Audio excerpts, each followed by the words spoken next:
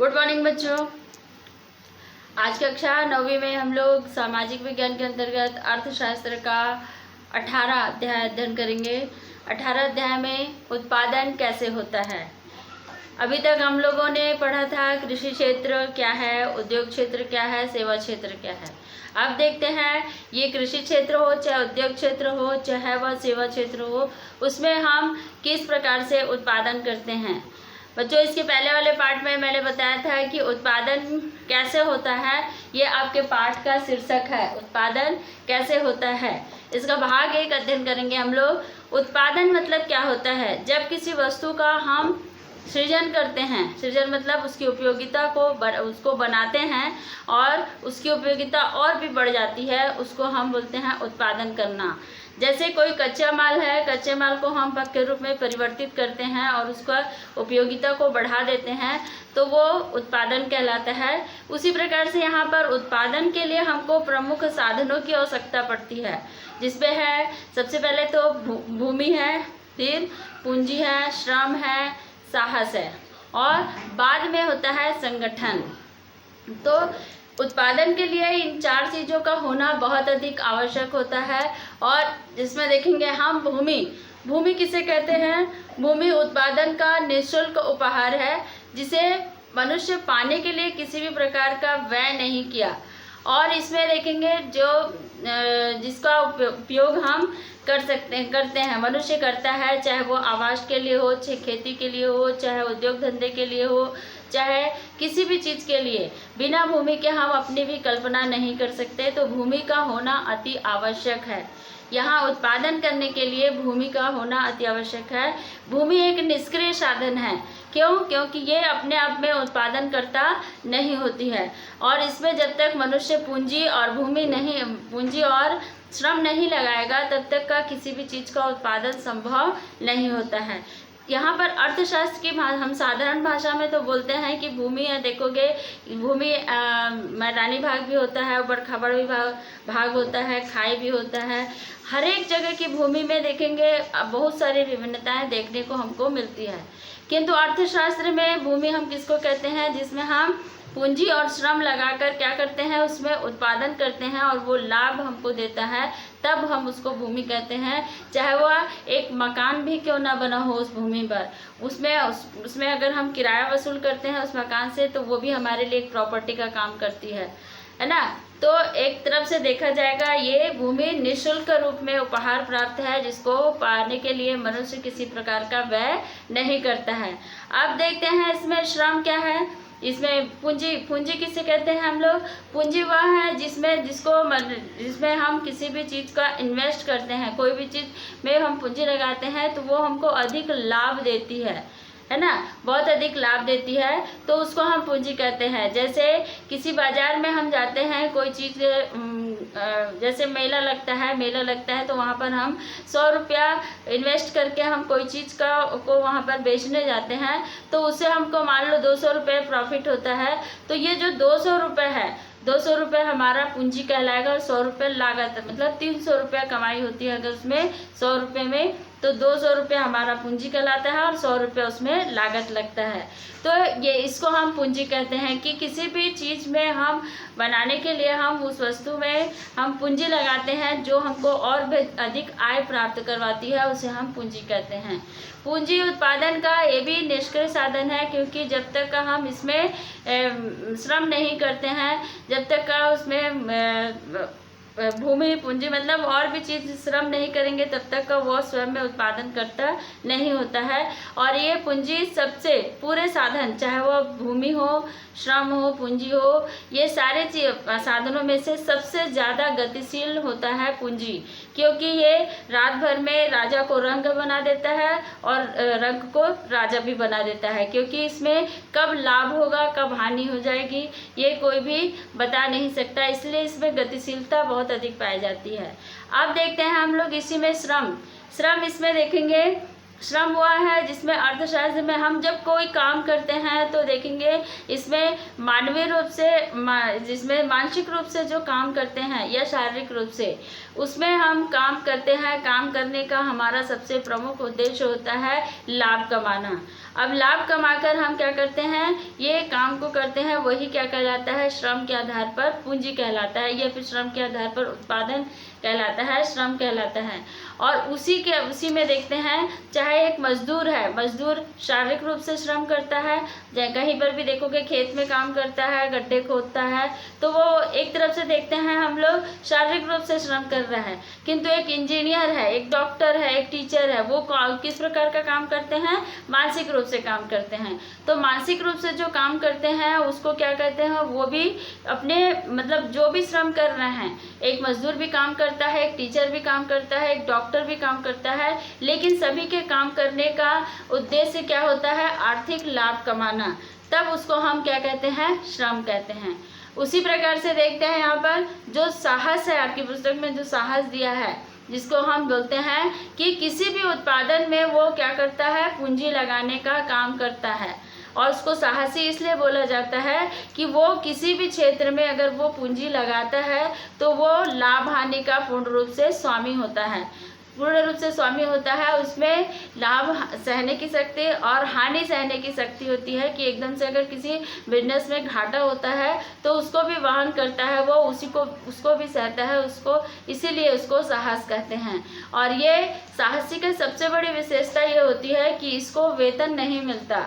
ये पूरे उत्पादनकर्ता का मेन जो मुखिया होता है वो साहसी व्यक्ति कहलाता है।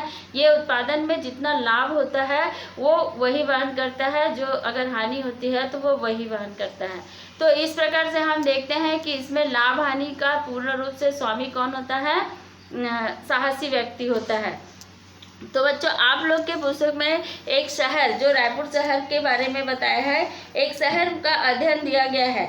इसमें भूमि, श्रम, पूंजी में किस प्रकार से यहाँ पर उद्यमित या फिर साहस उत्पादन का सक्रिय होते हैं, उत्पादन की प्रक्रिया में महत्वपूर्ण भूमिका निभाते हैं।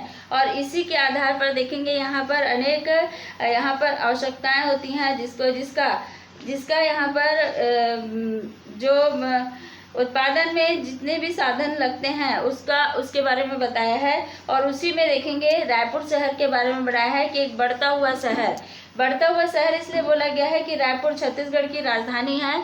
जब ये राजधानी बनी तो उस समय इसमें उतना अधिक डेवलपमेंट नहीं हुआ था। जब सन 2000 में छत्तीसगढ़ बना, सन 2000 में 1 नवंबर सन 2000 में छत्तीसगढ़ की स्थापना की गई थी। पहले तो था छत्तीसगढ़, लेकिन छत्तीसगढ़ राज्य अलग से बना था 1 नवंबर सन 2000 में। और उसी समय यहाँ पर रायपुर को राजधानी बनाया गया था। तो यहाँ पर देखेंगे राज्य बनने के बाद यह छत्तीसगढ़ की राजधानी बनी। उसके बाद बहुत यहाँ पर रायपुर तेजी से विकास की ओर बढ़ने लगा था। और जो अन्य देश के अन्य महानगर थे उसमें क्या हो गया, ये शामिल हो गया था। और इसमें राज्य में विभिन्न भागों में खनिज भंडार तथा वहाँ पर वन संसाधन की मौजूदगी में इस शहर में औद्योगिक विकास को बढ़ावा दिया था। रायपुर शहर और यहाँ पर उनके आसपास के इलाकों में भी यहाँ पर स्टील तथा सीमेंट उद्योग का उत्पादन, क्योंकि यहाँ पर का जो है, यहाँ पर जो वनोपज के आधार पर देखा जाएगा, छत्तीसगढ़ में वनोपज भी बहुत अधिक मात्रा में पाया जाता है। और उससे यहाँ पर जो वनोपज के संसाधन के आधार पर जो भी उद्योगों का विकास होता है वो। और एक तरफ से देखा जाएगा यहाँ पर जो भिलाई स्टील प्लांट है वहाँ इसलिए है क्योंकि यहाँ पर कच्चा लोहा, जो कच्चे माल के रूप में लोहे का जो होता है उत्पादन किया जाता है, वो बहुत आयत मात्रा में प्राप्त होता है। उसी के आधार पर यहाँ पर सीमेंट कारखाने का भी बहुत अधिक विकास हुआ है। क्यों? क्योंकि यहाँ पर जगह जगह चूना खदान है। चूना खदान होने के कारण से यहाँ पर सीमेंट कारखाने को बहुत अधिक प्रोत्साहन मिला हुआ है। तो यहाँ पर देखेंगे, चाहे वो रायपुर शहर में जो भी विकास हुआ है वो यहाँ पर के उद्योग धंधे जो भी स्थापित हुए हैं वो आज की डेट में देखा जाएगा तो यहाँ पर कच्चे माल उसी के आधार पर हमको बहुत आयत मात्रा में मिलते हैं। छत्तीसगढ़ में देखेंगे, रायपुर की बात नहीं बल्कि छत्तीसगढ़ में यहाँ पर सस्ते मजदूर हैं। और यहाँ पर देखेंगे जो वस्तुओं का उत्पादन होता है, वस्तु के उत्पादन के लिए यहाँ पर श्रम की आवश्यकता है, पूंजी की आवश्यकता है, भूमि की आवश्यकता है, और उसी के आधार पर यहाँ पर देखेंगे बहुत सारी चीज़ें हैं जो कि इसका उत्पादन होता है। और इसमें जो उत्पादन के साधन में इसमें उद्योग धंधे में बहुत बड़ी भूमिका निभाते हैं। और इसी में देखेंगे जिसमें रायपुर शहर का नाम जो छत्तीसगढ़ में है, छत्तीसगढ़ में रायपुर शहर का में बहुत अधिक विकास किया है। उसका सबसे प्रमुख कारण है कि यहाँ पर बढ़ते हुए उद्योग धंधे बहुत आयत मात्रा में विकास किए हैं, क्योंकि यहाँ पर जो वनोपज प्राप्त है, वनोपज है, और जो खनिज संसाधन है वो बहुत आयत मात्रा में है। सीमेंट कारखाने से लेकर लोहा फैक्ट्री है, और जो अन्य जो संसाधन प्राप्त हैं हमको, जो प्राकृतिक संसाधन, उसके आधार पर भी यहाँ पर इन उद्योगों को स्थापित किया गया है। और उसी के आधार पर यहाँ पर रायपुर शहर बहुत तेज़ी से आगे बढ़ रहा है।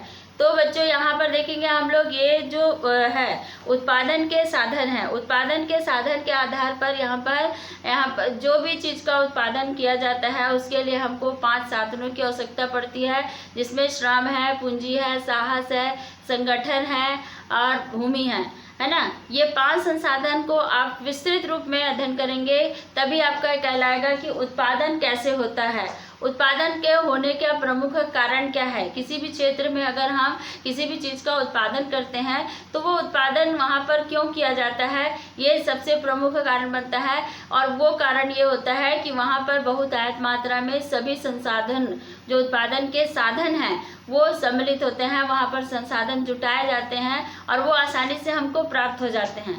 इसीलिए वहाँ पर किसी भी चीज़ का उत्पादन संभव हो सकता है। तो ऐसे ही रायपुर शहर भी है। जब सन 2000 में यहाँ पर छत्तीसगढ़ में जब छत्तीसगढ़ की स्थापना हुई थी, और उस समय जब रायपुर शहर को राजधानी बनाया था, तो राजधानी बनाने के समय में उस समय रायपुर शहर का उतना अधिक विकास नहीं हो पाया था। किंतु अब धीरे धीरे यहाँ पर देखेंगे उद्योग धंधे का भी विकास हुआ है ना। लोगों में देखोगे बहुत सारी चीज़ों का में परिवर्तन आया है, उनके जीवन स्तर में परिवर्तन आया है। ये सारी चीज़ों का कारण क्या है, क्योंकि यहाँ पर जो वस्तुओं का उत्पादन होता है वो बहुत आयत मात्रा में होता है, और जिससे लोगों को रोजगार मिलता है। रोजगार मिलने के कारण से यहाँ पर लोगों की आर्थिक स्थिति में भी सुधार हुआ है, और उसके कारण से उन लोग आगे बढ़े हैं। तो सबसे प्रमुख मुद्दा ये होता है कि यहाँ पर उत्पादन कैसे होता है, उसके आधार पर हम लोग देखे हैं कि उत्पादन, क्योंकि अभी आपको इसमें छोटा सा रायपुर शहर के बारे में बताया है, लेकिन इस पाठ में आप लोग विस्तृत रूप से पढ़ोगे भूमि किसे कहते हैं, पूंजी किसे कहते हैं, श्रम किसे कहते हैं और साहस कैसे कहते हैं। ये जो उत्पादन के 4 साधन बताए हैं, 4 साधन का होना अति आवश्यक है। जब तक ये उत्पादन में 4 साधन सम्मिलित नहीं होंगे तब तक का किसी भी चीज़ का उत्पादन संभव नहीं हो सकता, है ना। मैं पहले बताई हूँ आपको, हर एक चीज़ में, चाहे वो श्रम हो, चाहे पूंजी हो, चाहे भूमि हो, चाहे साहस हो, इसमें से अगर कोई एक चीज़ भी कम हो जाता है तो हम उसका उत्पादन भारी मात्रा में किसी भी चीज़ का उत्पादन नहीं कर सकते हैं। अगर मान लीजिए आपके पास कृषि करने के लिए भूमि है किंतु कच्चा माल नहीं है, और वहाँ पर देखेंगे भूमि है लेकिन श्रमिक नहीं है, या फिर देखा जाएगा वहाँ पर साहस पूंजी लगाने वाला नहीं, पूंजी नहीं है, तो वहाँ पर वो भूमि पूरी बेकार हो जाएगी, आपका वो भूमि किसी काम की नहीं है। जब तक का उसमें हम पूंजी नहीं लगाएंगे, जब तक हम उसमें श्रम नहीं करेंगे, तब तक का किसी भी चीज़ का उत्पादन संभव नहीं होगा। तो यहाँ पर उत्पादन कैसे संभव हो सकता है, कैसे होता है, इसके बारे में हम लोग पढ़ेंगे। तो उसके बारे में हमको संसाधनों के बारे में जानना अति आवश्यक है। तो अगले क्लास में आपको इसके बारे में विस्तृत अध्ययन दूंगी मैं कि हाँ, श्रम किसे कहते हैं, भूमि किसे कहते हैं, पूंजी किसे कहते हैं और साहस किसे कहते हैं। ये चारों चीज़ों को मिलाकर यहाँ पर उत्पादन संभव करते हैं कि उत्पादन वहाँ पर संभव हो सकता है। जब तक का ये 4 चीज़ नहीं होंगे तब तक का किसी प्रकार का उत्पादन संभव नहीं होगा। तो बच्चों, इस पाठ को आप लोग अच्छे से अध्ययन करेंगे और इसके बीच बीच का छोटा छोटा प्रश्न निकाल कर आप लिखोगे ताकि आपको ये समझ में आ जाए। इसके पहले वाले पाठ का प्रश्न उत्तर आपको मिल जाएगा जिसे आप अपनी कॉपी में लिखेंगे। बहुत सारे बच्चों लोगों ने कॉपी जमा नहीं किए हैं और बहुत सारे लोगों का पूरा कंप्लीट भी नहीं हुआ है। तो आप लोगों को जब भी प्रश्न उत्तर मिलता है तो आप लोग उसको कॉपी में उसी दिन उतार लिया करो, क्योंकि हम लोग भेजते ज़रूर हैं किंतु फिर मोबाइल से डिलीट हो जाता है, फिर आप लोग लिख नहीं पाते, कॉपी कंप्लीट नहीं होता है और आप लोग का शिकायत रहता है। इसलिए जिस दिन हम लोग इसको भेजते हैं, किसी भी पार्ट का प्रश्न उत्तर भेजते हैं, तो आप उसको उसी दिन उतार लोगे, ताकि आपको किसी से मांगने की ज़रूरत ना पड़े या फिर से दोबारा हम लोग को भेजने की ज़रूरत ना पड़े। ठीक है, थैंक यू।